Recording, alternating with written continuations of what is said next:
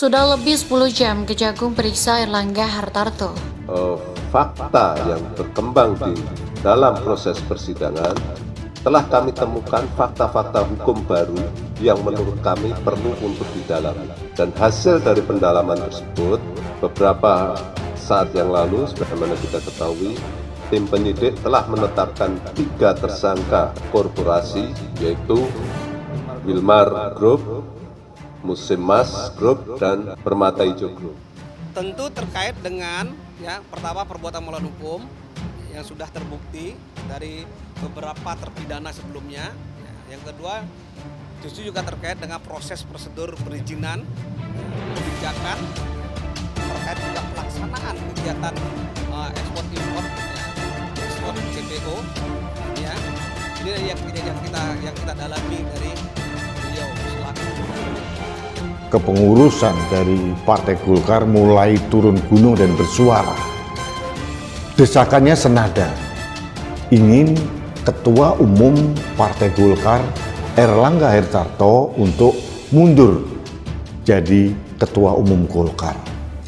Sebabnya sudah menjadi rahasia umum alasan mereka, karena dianggap Airlangga Hartarto kurang mampu mendorong elektabilitas Partai Golkar, sehingga sekarang ini Partai Golkar sudah mulai terjun bebas. Ya, kurang lebih dari 10 jam Kejaksaan Agung masih memeriksa Menko Perekonomian Airlangga Hartarto terkait kasus korupsi ekspor minyak sawit alias Crude Palm Oil atau CPO.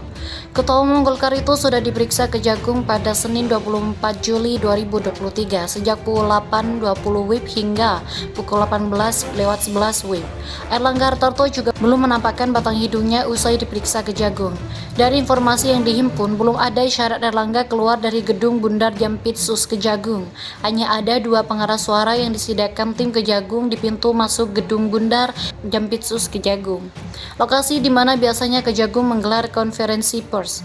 Sejumlah wartawan pun masih menanti Ketua Umum Golkar dan Kapus Penkum Kejagung dan jajarannya keluar dan memberikan penjelasan soal pemeriksaan terkait kasus ekspor CPO. Sebelumnya, Menko Perekonomian Airlangga Hartarto mendatangi Kejaksaan Agung. Ia memenuhi pemanggilan sebagai saksi terkait kasus ekspor crude palm oil Senin 24 Juli 2023. Airlangga menggunakan batik dengan panjang, tiba sekitar pukul 8.20 WIB. Itu terlihat beberapa kali mengacungkan jempol ke hadapan kamera. "Selamat pagi," ujar Airlangga singkat. Wajahnya penuh dengan senyuman dan terus langsung masuk ke dalam gedung Bundar Jaksa Agung Muda Pidana Khusus atau Jampitsus. Partai Golkar yang merupakan partai besar, apalagi melihat sejarahnya, malah mendapat cobaan setelah banyak ditinggalkan tokoh-tokoh seniornya sejak era reformasi. Kini Golkar digoyang prahara dan drama. Ketua Umum Partai Golkar yaitu Airlangga Hartarto diterpa badai berkepanjangan menjelang Pilpres 2024, mulai dari usulan Dewan Pakar untuk mengganti dirinya di kursi Ketua Umum hingga pemeriksaan kasus korupsi di Kejaksaan Agung pun menyasar dirinya. Gejolak bermula awal Juli 2023. Saat itu salinan keputusan rapat Dewan Pakar Partai Golkar bocor. Salah satu keputusan yang diambil adalah mengevaluasi kepemimpinan Airlangga. Dewan Pakar mempermasalahkan elektabilitas hingga akhirnya Airlangga yang masih rendah. Padahal Munas Golkar telah memutuskan Airlangga sebagai calon presiden partai tersebut. Mereka mengusulkan untuk mengganti capres yang akan diusung. Usulan itu juga dibarengi pergantian ketua umum melalui musyawarah nasional luar biasa.